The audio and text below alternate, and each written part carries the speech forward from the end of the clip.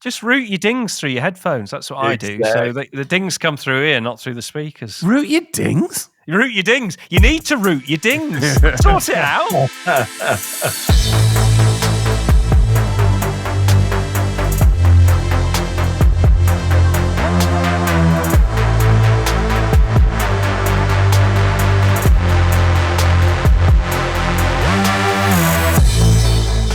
Welcome to Cloud Realities, a conversation show exploring the practical, exciting and alternate realities unleashed through cloud-driven transformation.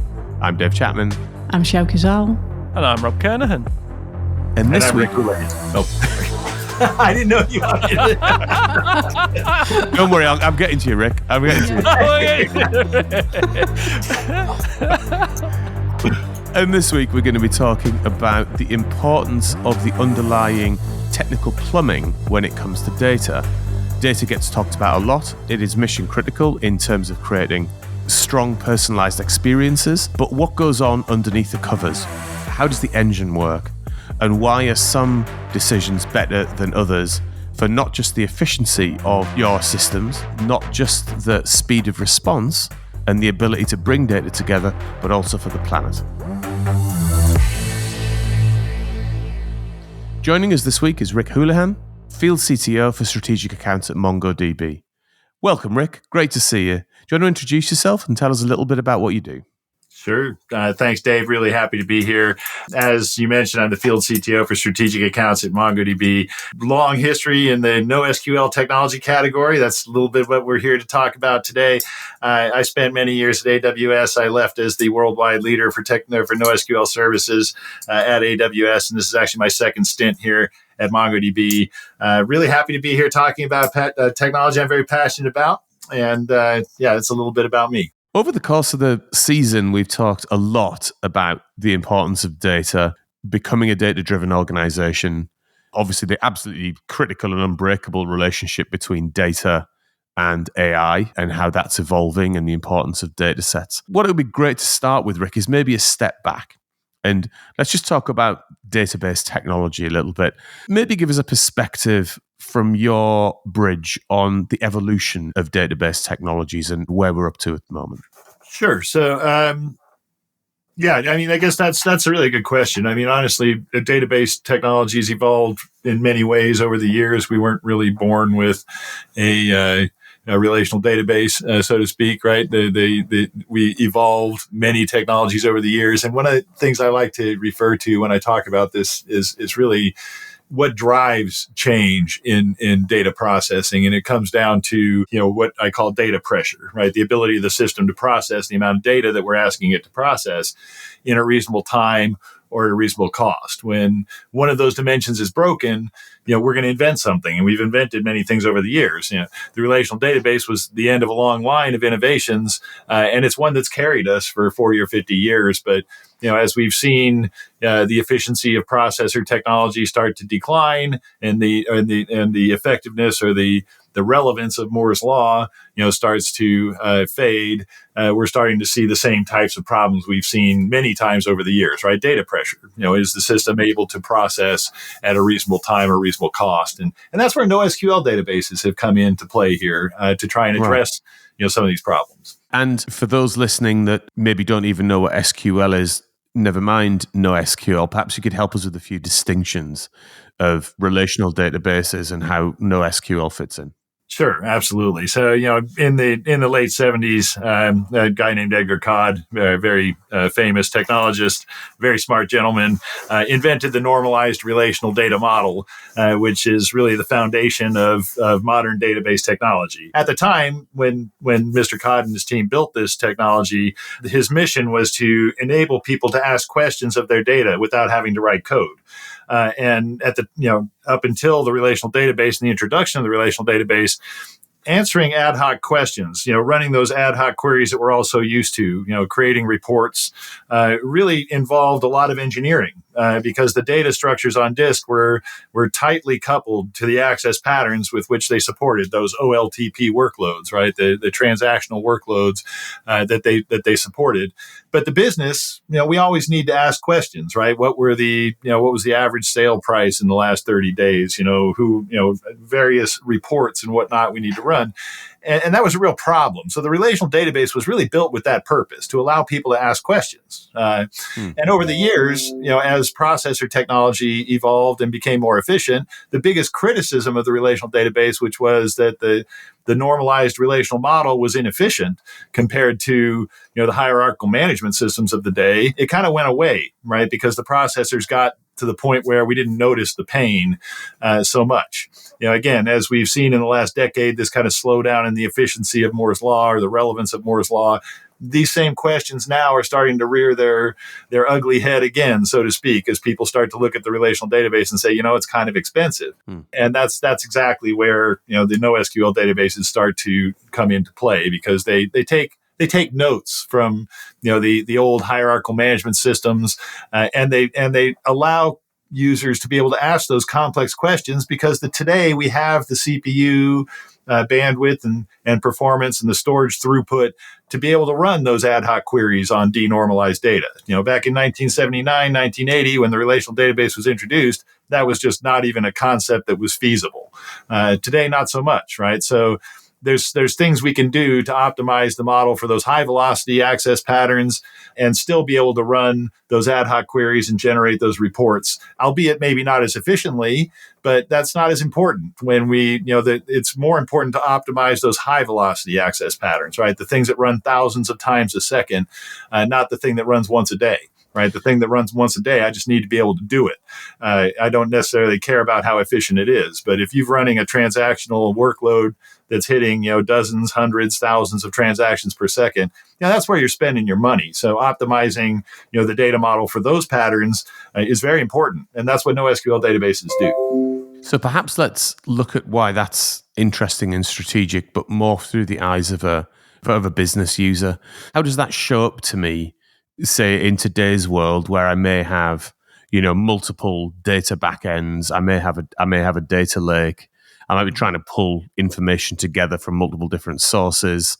How does NoSQL actually help me with that, and what's the material difference? And that's a really good question. So, traditional NoSQL databases, they're really not well suited for those types of workloads that you just mentioned, right? The data lake, the business analyst.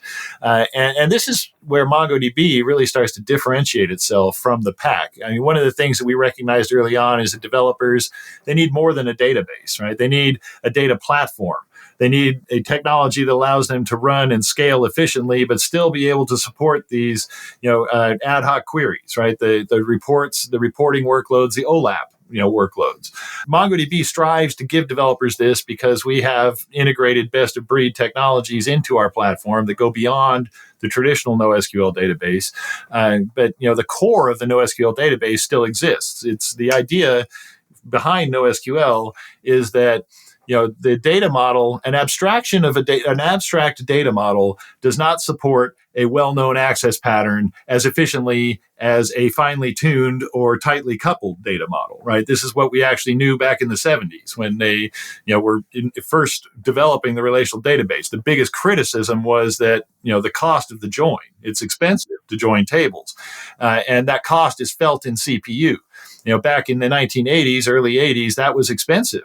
And so the idea for using a relational database for OLTP workloads, that didn't start happening until the processor efficiency started coming into play in the late 80s, early 90s. Today, again, we've seen now that we're kind of a flattening of processor performance over the last decade, and we're starting to see a separation of efficiency between NoSQL workloads that are tightly coupled to the access pattern and relational database workloads that are agnostic to all the access patterns, right? The abstract data model of the relational database requires a lot of CPU. It burns a lot of CPU time to produce the results. And in the NoSQL database, essentially, we're trying to store the data in the same format that it's actually accessed in. So essentially, we don't have to join the data. We don't have to restructure the data to deliver the query result, not nearly as much as you would have to in the relational database. And this is really what drives that efficiency. As you were just going through the 70s and 80s there, Rick, I saw Rob nostalgically smiling. So, staring Rob, at remembering my childhood. What was it like in the 70s when you were trying to lower the cost of relational databases? It was a simpler time, Dave, back when computers made sense. Yeah. I love it. It's totally true, right? Just a lot less moving parts, right? Yeah, exactly. Exactly, yeah. Right. So what that means then for me as a business user, it means what? It means faster response time on query. Does it mean sort of more flexibility in query? Just to give you some context here, some of the workloads that I worked at Amazon Retail on the project they called Rolling Stone, which was a mass migration of relational technology, of relational workloads to NoSQL. And I'm talking to some of those teams today, 5 years later, and they're telling me today they're just starting to hit the same level of database spend that they had 5 years ago. And they've grown 3, 4, 5x.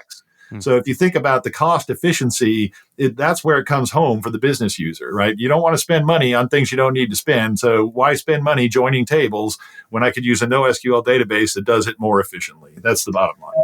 I think when I characterize it in my head, the NoSQL database came out of a requirement for a different use case. Like you said, this is too expensive from a technical perspective to do the use case, which was retrieve an object quickly when I had an exact point of entry and I knew exactly what I wanted. So keyed something very specific. And then over time, I've seen NoSQL capability grow and start to introduce topics and extra capabilities. So this Venn diagram of the capability is starting to merge. Again, I'm keen to get your view on, as the database technologies evolve and mature, they're blurring the lines of what they can do, and maybe selection isn't as easy as I've got this use case, I'll use this database, whereas they're all sort of offering all things to all people. It'd be interesting to know what you see, going from that use case world to I can do everything type position. Is there still a way to think about what's best for what scenario? What's best for what use case? Yeah. So this talks to the core of the developer data platform, which is Atlas. The bottom line is developers have been asking for decades for more than a database, right? I mean, the advent of index of search technology with Solr and Elastic and Lucene, which backs both of those. The reality is that a database today is a lot more complex. Like you said earlier, it's a lot more moving parts, and developers have much more rich requirements. So in order to be able to offload the heavy lifting, so to speak, right? Developers don't want to focus on moving data around between disparate systems and learning multiple APIs to be able to, support their workloads. We built the developer data platform, which is MongoDB Atlas, and it really is the core of your question, right? It's we used to use NoSQL for these certain category of workloads, but we've seen that API evolve and expand to address more than just the traditional NoSQL workload. So, and today, what it comes down to is that if you want to drive efficiency in the system, then what you want to do is model for your common access patterns, right? The high frequency patterns, the things that you run at high velocity. We still need to be able to support those other patterns, and that's where the API extensions have come in over the years, right? We support SQL APIs exactly for that. I think there was another question. And I was going to say, it's a very good point you just hit on there, which was the database used to be a very specific domain where the database expert would write your PSQL and you would call it. And now the capability of I'm a developer is merging with the I also understand the access pattern to the database, that full stack view. Because it used to be there's a database expert and there's a coder, and the two have to work together to create a system. And now with these platforms developing and their ever increasing sophistication, I see it that the developer is now able to take or come down into that data domain and work in it a lot more because the platforms have become more sophisticated. I totally agree with that. There's enough abstraction to say we don't need a very specific database person anymore to tune it to within an inch of its life. Well, if you think about it, the relational database and the normalized data model is really an abstraction between the application and its data. Right. I'm going to have application layer objects that we've defined that developers work with to craft these objects that are used in the application. And when I store those objects in the database, I'm going to break those objects apart into little bits and pieces and store them as rows across tables that eventually get joined back together to reproduce the object that the application is using. I mean, that's a lot of data movement just to deconstruct and reconstruct the objects. The developers know what objects they need. They built them. They designed them, right? And they know how the applications use those objects. So honestly, it's better to be able to tightly couple the database to those object data structures, because that's essentially is exactly the mantra in NoSQL, right? Data that is accessed together should be stored together, either in a common collection or in an embedded document. And the choice between the common collection or the embedded document approach really comes down to how is the data actually accessed. Is it accessed in bits and pieces, or is it accessed in big, large chunks, right? If it's in bits and pieces, we're going to want to create small documents that are linked together with indexes. And what we found at Amazon was really interesting. When we broke down the access patterns of 10,000 services that were running on those relational database clusters, right? 3,000 Oracle Server instances, 70% of the access patterns were for a single row of data on a single table. Another 20% of those patterns were for a range of rows on a single table. And at first we kind of said, well, this is crazy. What's going on here? But when you think about it, it actually makes a lot of sense, because OLTP workloads are often extremely write heavy. They sometimes the data almost never gets read. It just gets written over and over again. And every now and then somebody will read it when they're troubleshooting or they want to see an order status or whatnot. But most of the time, the data is really being worked with in those little bits and pieces. So in the NoSQL environment, essentially sometimes creating those big, large embedded documents is not the most efficient way to work with the data. And the people who know how to do that, it's not the DBA. Right? It's the developer, because they're the ones that wrote the code. So they know what data they need. So once we kind of get developers over that hump of thinking about how to store the data the same way the app uses it, it's funny how fast they move, because they're really working with familiar structures now, right? Things that they don't have to decompose. Right? One of the points I didn't want to lose back there somewhere, Rick, was the point of efficiency and cost reduction, and the point you made in the Amazon case study about the fact that it's taken them 5 years to get back from a processor consumption point of view to where they started. And obviously there's been maybe it's not exponential, but huge growth in the data set during that period. So that efficiency is amazing. But there's a sustainability point in there as well, right? So you're burning less energy when you're doing that. That's exactly right. And I say that all the time. If you think about the cost of the relational database, it can be measured in global warming. And that's no joke. Right. I mean, the amount, it was the biggest criticism of the relational database and the normalized data model at the time was the CPU efficiency of the join. And we just kind of ate it over the years as Moore's Law kind of made that pain go away. It never really went away, right? If you think of how much infrastructure has been deployed just to join tables, and this is not my thinking, right? I mean, this is not like new thinking either. Edgar Cott himself called this out in his seminal paper, A Relational Model of Data for Large Shared Data Banks. He talks about the efficiency of normalization on storage, for deduplication of data on disk, for transmission of bulk data across systems. But he also talks about the efficiency of denormalization, that introducing strong redundancies into the stored set will reduce the load on the CPU for some queries. He says some queries, but the reality is, what are those queries? Well, those are the ones that are running thousands of times a second. Those are the ones we care about, right? The other ones, I don't care how much CPU it takes to carve through my denormalized data and produce a summary that I'm looking for.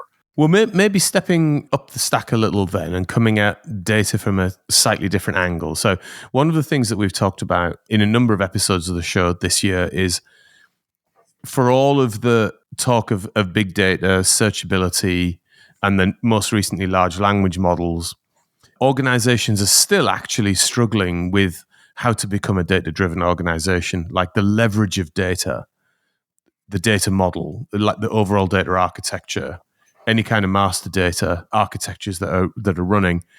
We don't seem to have made that any easier yet, it seems to me. So I wonder what your perspective is on, how easy might it get for organizations to leverage their data over the course of the next 5 years or so? Oh, that's a really good question. We're talking about a transformation, right? A technology transformation in the industry, in the enterprise. And what we ran into at Amazon was, it was really mixed results with that exercise. And that was, and part of that was developers trying to use a new technology, essentially running through the same problem that happens, endlessly, is that we don't really know how to use this technology. So what are we going to do? We're going to try and use it the way we know how to use a database. Well, it's not the right way to use a NoSQL database is to use the same data models, right? So what we needed to do was get developers over that hump, right? How do you get developers familiar with this new technology in real time so that they can be effective using it? And what we found was that it's a little different teaching people NoSQL is not the same as the relational database, right? As we all know, in the relational database, you have a lowest common denominator, right? We have, parent-child relationships, many-to-many relationships, and we can map these things out in an ERD, and we can, essentially define a logical data model that maps directly to our stored data model, right? In NoSQL, that's not the case. Essentially, what we still want that logical data model, but then I need to understand how am I accessing the data, and then I'm going to go ahead and craft a document structure to map to that, right? And so in order to be able to get developers familiar with this process, what we found was it's not about doing workshops and brown bags, right? That you can get away with that with the relational database because it's the lowest common denominator, and I only have to teach you one thing, and then you're off and running, right? And honestly, all of us around the table here, we can look and say, how many times did someone have to explain that idea to you, right? Of a parent-child relationship, right? Once. You never had to hear it again, right? Because it was very fundamental. Reality is NoSQL, it's about the access pattern, right? The access pattern defines the data model. So what we actually did at Amazon was we stopped the whole idea of the traditional developer relations approach. No more brown bags, no more, workshops and hackathons. Instead, what we did was we focused on what we call design reviews. We would sit down with the team for an hour. We talk to them about their workload. We map out a document data model or an object data model structure that works for them. And then they're off and running. Right. So it's kind of like once you show the developer how to solve the problem they're working on with this technology, guess what? It's like you get that light bulb moment. That's what I call it. When we see around the table, someone sits there and goes, oh my gosh, I never thought I could actually model data that way.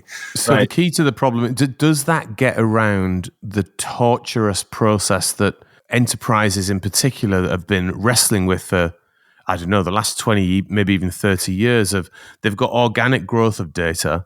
They've got data in pockets all the way across their organization. Yeah. Like, does what you're describing get around the torturous process of normalizing all of that, pulling all of that together? I wish I could say yes. I don't know. I mean, it might make it easier. I'm just going to say, Rick, I think there's probably a business in it if we can. Absolutely. Have you just had a unique idea, David?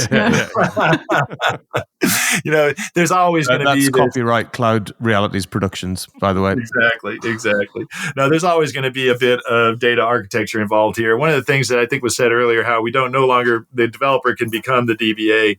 I would say to a certain extent, yes, they can help inform the model more, but the DBA and those skills are still heavily required, even with NoSQL databases, right? To be able to recognize which access patterns and how to model the data for those access patterns. A lot of that skill set is actually very similar to the skills that DBAs use when they optimize a relational data model, right? I mean, what do you do now? You sit there and you look at the query analyzer and what's burning this, where to put the indexes and all that.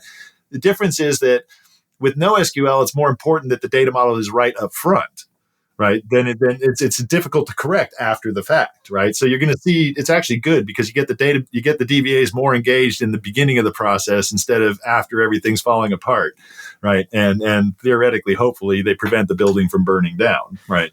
So I would say that those skills are still hugely valuable with NoSQL database. It's the classic IT rise and fall again, isn't it? So there was the database domain where the specialist went in, and then we said, oh, the developer can do it. It's dead easy, abstracted, no access pattern. And then we went, hang on a minute, that's not fixed the problem. We need data-centric people to come and fix it again. So it's like we were talking earlier on another podcast. It's like enterprise architecture. It was in, and then everybody, we don't need enterprise architecture anymore, and then realized that, actually, there was a bit of a value in somebody looking at the whole thing end to end, and maybe we should reintroduce it. I think data's gone through that cycle, hasn't it? It's come back and gone, ooh, no, it is a discipline and a skill we need. Yeah, well, we do need to understand how data moves around and how, and honestly, a lot of what we do in my team, we sit with development teams, we break down their workloads, but a lot of it is the fact that we really understand how data moves inside out and inside the MongoDB, right? Knowing the internals of the database. It's the same thing with Oracle or Postgres or anything, right? You need to understand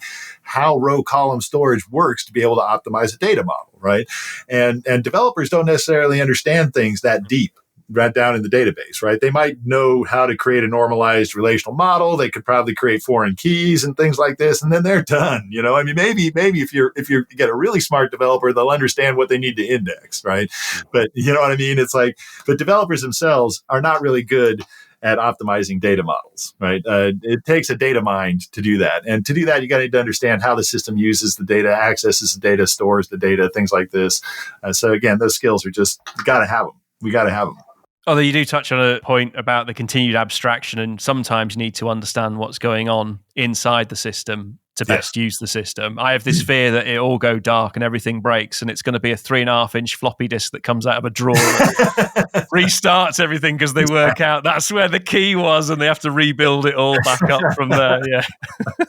Perhaps to bring today's conversation to a bit of a conclusion then, I wonder what advice you could give to business owners and business decision makers in terms of making some smart decisions around how they leverage their data. So I know that a lot of organizations are looking at the data in the way that we talked about earlier. It's like trapped in little pools all across the organization, and they're trying to bring it forward to drive insight. What is the fastest route through that, do you think? Okay, yeah, no, absolutely. This is, the biggest thing and one of the biggest values of MongoDB, and it's always been one of the mission statements of the company, is making it incredibly easy for developers to work with data. Okay, and that is really what the Atlas Developer Data Platform is all about, right? We have integrated feature functionality in there that means that developers don't have to spend their time hooking up pipes and plumbing to other systems to be able to get the features and functions they need, right? So if I were to say anything to business owners today, is to look at data platforms that have the integrated functionality that your developers are asking for, right? They want full text search on top of their data. They want online archive, right? They want federated queries. These are all things, they want vector search, right? These are all things that if you want to move fast, then the database you're using better provide those things, because otherwise your developer is going to spend half their time hooking up pipes and plumbing, managing ETLs, synchronizing data across multiple disparate silos just so that they can get the functionality they need. This is the mission and this is the mission of MongoDB. And it's what we heard many years ago. When I was at AWS, I advocated for exactly this type of integrated platform approach, right? The mission of the cloud in the beginning, when it was infrastructure as service, was don't focus on undifferentiated heavy lifting, right? It's not valuable to your business to understand, right? Exactly.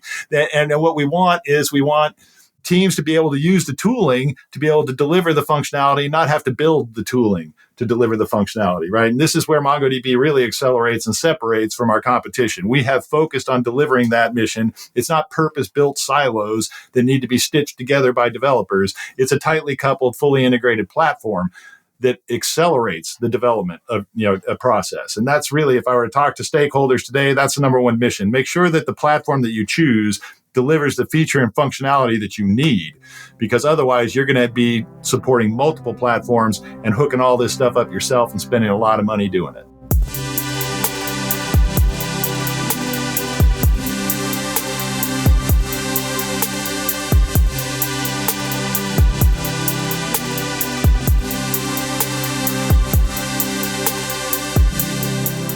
Sjoukje, what have you been looking at this week?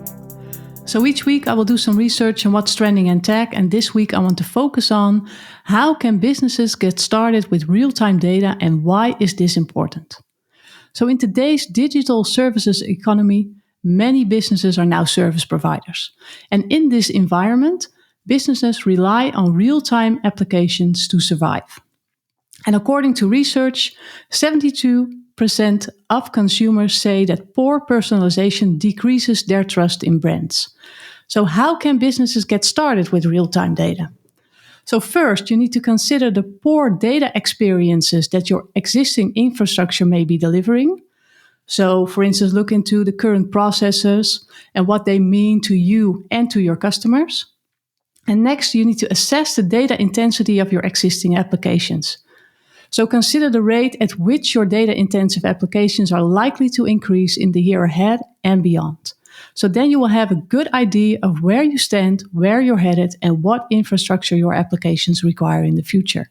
And this data infrastructure will enable you to use real-time data and analytics to provide your customers with the experiences they expect.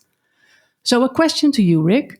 Do you also see an increase in demand for real-time data analytics? And do you have some advice for companies that want to get started with real-time data?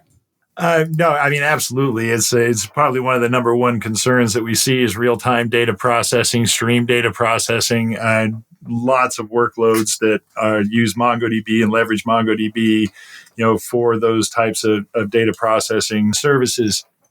I guess, a lot of that really comes down to event-driven processing. One of the things about Atlas, MongoDB native, even enterprise version supports, the change streams. Atlas supports triggers. These are technologies that are used absolutely to be able to support or facilitate real-time data processing, event-driven data processing. I guess advice to customers that are involved in those types of workloads. Again, it comes down to, platform selection, right? And honestly, with real-time event-driven processing, the most important thing is about guaranteed processing, right? And so this is where I see organizations failing more often is when they try to build these types of systems themselves that provide guaranteed at least once processing of those event streams. If you're rolling your own infrastructure to do this, you're going to be responsible for maintaining and guaranteeing the execution of those events. If you go with a service provider that can provide that function triggers off of the chain stream, for example, with Atlas or, DynamoDB has streams and Lambda, most managed database offerings do provide this type of functionality, facilitate that type of processing. They're going to provide those guarantees, right? That's not something that you're going to have to do. So if you are involved in real-time event-driven processing, then I would definitely look at managed service providers that can provide a level of guarantee around that data, around those data events and the triggering of processing around those events, or you're going to be the one that's going to have to build that and guarantee it for yourself. So a lot more work, right? Good advice. Yeah, don't try to reinvent the wheel, but use what's already in store. Yeah. I do like that point you make about we don't trust organizations that don't personalize around us as well. I had a recent experience where something went on the .com website and the .co.uk knew nothing about me. Rob, is this some of your specialist websites? No, this is one where I would advise you don't put your personal data into them, Rob. Don't put your personal data. But this experience across them was the same company, different domain, simple, hadn't shared the data between the two. I logged in, didn't have a clue about me, and the item I'd purchased, a virtual ticket, wasn't there, at which point I went, where's it gone? Log in on the other machine, and I didn't spot the domain change. And then when I spotted the domain change, of course, I worked it all out. But until then, I was like quite confused because it was through the app that I downloaded that I couldn't find my ticket. And I'm like, how's this? Where's it gone? Rather frustrated. Yeah. And it was that experience of they hadn't connected their data sets up between the domains to know a single view of the customer. Right. So you had like a web app that had one set of data and a mobile app that wasn't seeing the update because it was like a pipeline in the back that synced those two things. And guess what? Something broke or something with a queue backed up. Something was delayed.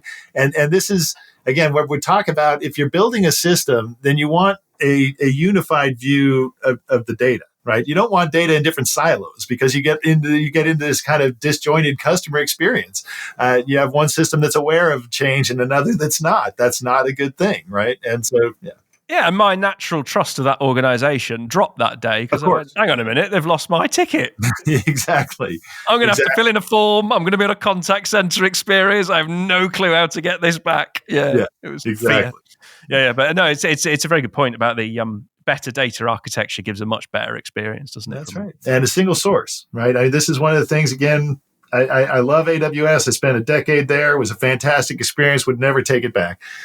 I was never a fan of purpose-built for the exact reasons we talked about. I don't want, as a developer, I don't want to have to glue up a bunch of disparate services over and over again to deliver solutions, right? I want my data platform to deliver that feature and functionality that I need, and I want to spend time on ETLs and data consistency, data coherency, types of issues, and code for that, right? I mean, really, do you want to have to write code that accounts for the fact that the data in this silo might be different than the data in that silo? No, you don't want to have to do that as a developer, right? So it's just better. It's better for everybody if we have a single view of the data and an API that sits on top of that single view of the data that provides the functionality we need. That's what we do with Atlas. Thank you so much for your time and insights today, Rick. I know I've learned an awful lot about the underlying elements of how important good plumbing is in this situation and the uplift you're going to get from the business value in your data, and not to mention, be kinder to the planet. So Thanks again. Great insights. Thank you very much. Glad to be here. Now, look, we end every episode of this podcast by asking our guest what they're excited about doing next. And that could be, I'm off on holiday at the weekend and, it can't go fast enough. Or it could be something you're excited about in your professional life. So, Rick, what are you excited about doing next? Actually coming to MongoDB, I had a lot of questions about how effective the program that we built at Amazon Retail was going to be, bringing it out to a broad set of customers like this across different organizations. I had mixed results at AWS, and as it turned out, it was what was lacking was what I call the wood behind the arrow, so to speak. We had 230 services at AWS, and those sales teams, they didn't really care about anything but what the customer wanted, right? They'd hit their number selling EC2. They didn't care about DynamoDB. Here at MongoDB, we're all lined up behind one product, right? So what I'm really excited about is extending what we've done over the last year and delivering for our customers over the next year or so, and watching the program that I brought from AWS really flourish, because it really is. As we go through this exercise of working with customers and bringing this what we call MongoDB Day experience and running our design reviews, it's just so exciting to talk to so many customers about so many different workloads. It really gets me up and gets me going every day. So that's what I'm looking forward to. Awesome. Well, we wish you very good luck with that, Rick.